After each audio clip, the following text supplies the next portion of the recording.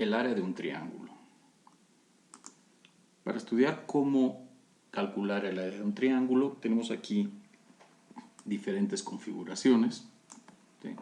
Algo que es muy importante es el concepto de base de un triángulo. La base de un triángulo, de cualquier triángulo, es la longitud de cualquier lado que nosotros seleccionemos del triángulo. Entonces, en cada uno de estos triángulos nosotros seleccionamos pues un lado que va a ser nuestra base del triángulo. Es arbitrario, podemos elegir la que sea. Y entonces, una vez elegida la base de este triángulo, otro concepto importante es la altura del triángulo. La altura del triángulo es la longitud de un segmento de recta que es perpendicular a la base. Si esta es la base, sería una recta perpendicular a la base, que inicia en la base o su proyección y termina en el vértice opuesto a la base. Entonces, si se fijan, este es un segmento que es perpendicular, un segmento de recta que es perpendicular a la base, es decir, al lado del triángulo que nosotros seleccionamos, y que termina en el vértice opuesto a la base. En este caso, esta era la base que seleccionamos. La altura sería un segmento de recta que es perpendicular a esta base y que llega hasta el vértice opuesto a la base. Lo mismo acá. Este es la base y la altura sería la longitud de un segmento de recta que es perpendicular a la base y que llega al vértice extremo. Lo mismo en este caso. Desde luego, si tenemos ya estas definiciones, pues el área del triángulo va a ser la mitad de la multiplicación de la base por la altura, es decir, 0.5 veces la longitud de la base por la longitud de la altura. Si ustedes se fijan en estos triángulos que acabo de dibujar, pues está más o menos difícil saber cuánto es la longitud de la base y cuánto es la longitud de la altura. Y en cada caso además es diferente la longitud de la base que la longitud de la altura. Entonces siempre es conveniente que seleccionemos la base de manera que se nos faciliten los cálculos.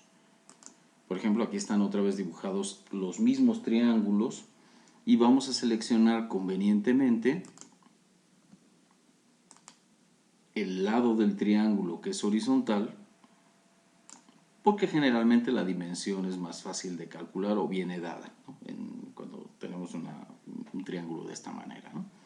Entonces fíjense que es lo que tienen en común estos cuatro triángulos, aunque digo no es explícito, pero si ustedes se fijan en la escala así es que esta base es la misma que esta base, es la misma que esta base y es la misma que esta base. La longitud de estos lados son iguales. Lo seleccioné así para ejemplificar este caso, ¿no?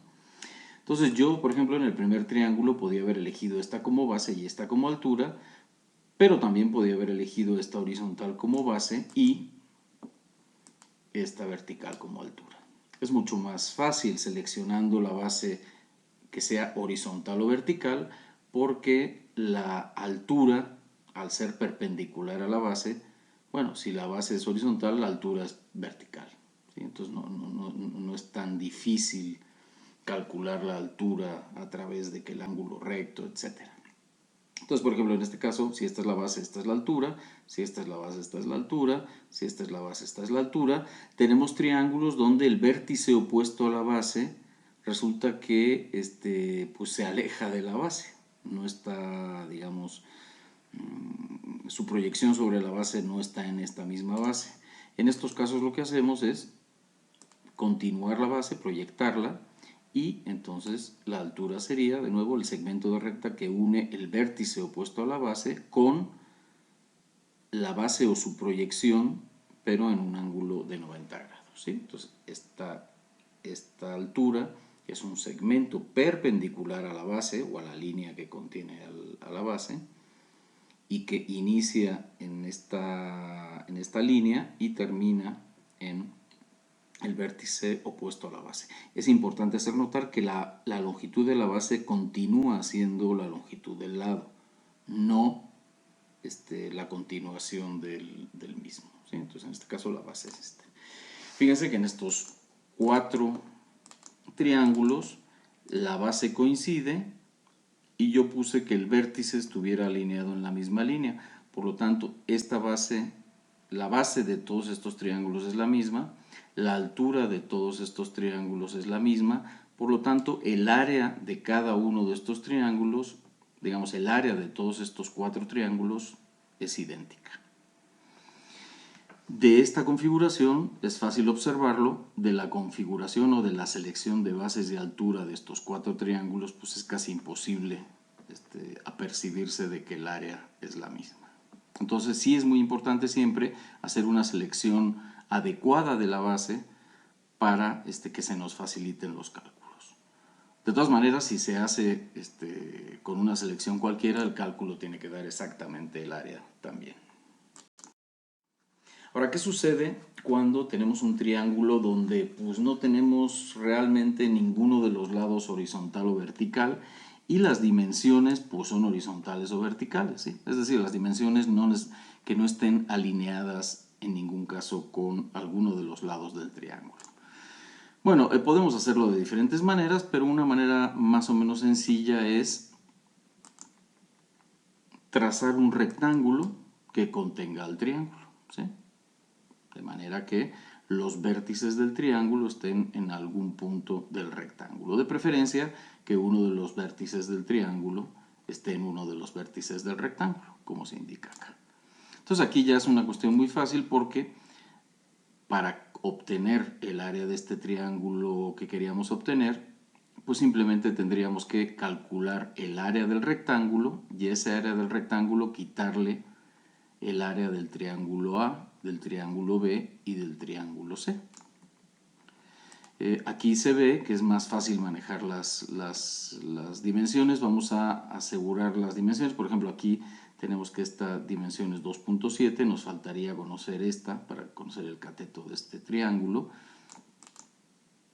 Y es muy fácil, ¿no? Si esto es 6 metros y esto es 2.7, pues esto es 3.3. Si esto es 4.9 y esto es 2.7, pues esto es 7.6. Entonces ya que tenemos las dimensiones, pues simplemente el área del rectángulo es 6 por 7.6 metros, que es 45.6 metros cuadrados. El área del triángulo A es 1/2 de su base, que seleccionamos por ejemplo esta como base, que es 2.7, por la altura que es la distancia perpendicular desde esta base hasta el extremo opuesto, que es 7.6. Noten que tanto el triángulo A como el triángulo B como el triángulo C son triángulos rectángulos. Entonces es muy fácil el cálculo del área de un triángulo rectángulo. Simplemente es la multiplicación de los dos catetos dividido entre 2. ¿Sí? Sería 2.7 por 7.6 dividido entre 2.